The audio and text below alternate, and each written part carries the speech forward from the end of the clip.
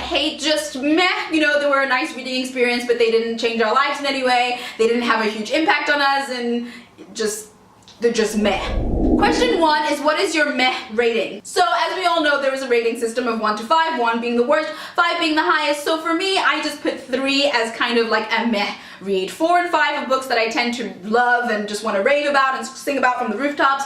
Less than 3, I'm probably not that into you and, you know, will not be talking about you much after I'm done reading. But books that I rated 3 are books that I'm usually happy to talk about, happy to like hear other people's opinions on, and I can agree probably with both people's bad and positive comments on the book, and you know, it's just meh. Question 2 is a book series that started meh that ended up being really good. I couldn't really think of an answer for this one at first, especially not a series. However, I could think of one book that I expected to be meh because it had such mixed reviews. Some people absolutely loved it, some people didn't like it at all. So I just went in thinking, okay, it's probably just gonna be okay, and I ended up actually loving it, and that was Caraval by Stephanie Garber. So obviously I can't comment on the series because the second book in the series has only just come out, or is coming out. So I haven't got it yet, I haven't read it yet, but based on how this book ended, I do believe that the second book's just gonna be even better and better, and also this book was surprisingly, in my opinion, brilliant. Question 3 is a book series that started good, but ended meh.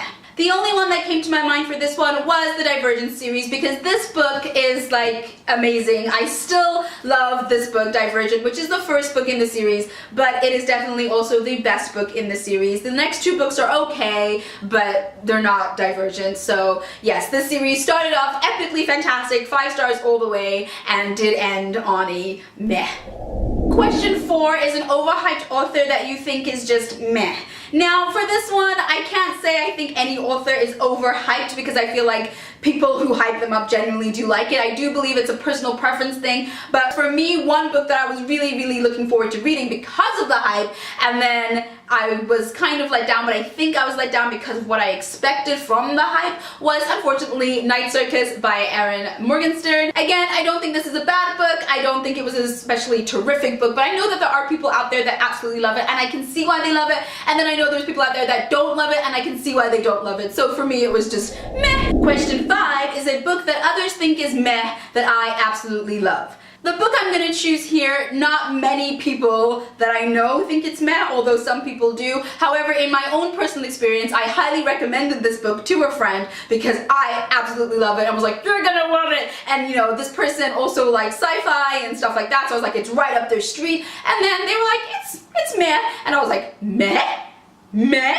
But that's again, personal preferences and the mehness. So for me, that is Red Rising. I absolutely love Red Rising. I think it's an incredible story. The series is just captivating. The space, the world, the spaceships, the battles, it's all just fantastic. And then my friend who absolutely loves Star Wars, who I was sure was going to love the Red Rising trilogy, thought it was meh.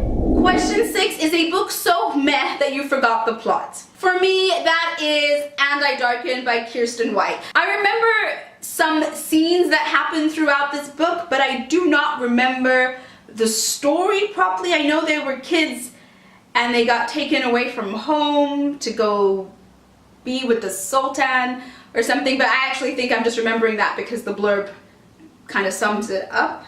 But yeah, this book, I remember thinking by the title of it, like And I Darken, and I don't know why, just the section of the bookstore that it was in, I really thought it was going to be fantasy, so I think also because it wasn't fantasy and I went in expecting fantasy and was reading it, I was just a bit like, oh. But yeah, this book, I don't really remember. I remember I did not like it, and I definitely didn't love it. I just thought it was okay. Question 7 is a meh character that you think could easily be replaced. This one was really difficult. I couldn't think of a character that I felt didn't need to be in a story. So for this one, I'm gonna choose a character that seems useless, but I do have my suspicions that they are not useless, and that is Arsinoe from the 3 Dark Crowns, because there's 3 sisters born in the Glen, something something, never be friends. So anyways, they all have these incredible powers, and Arsinoe seems to not have this power.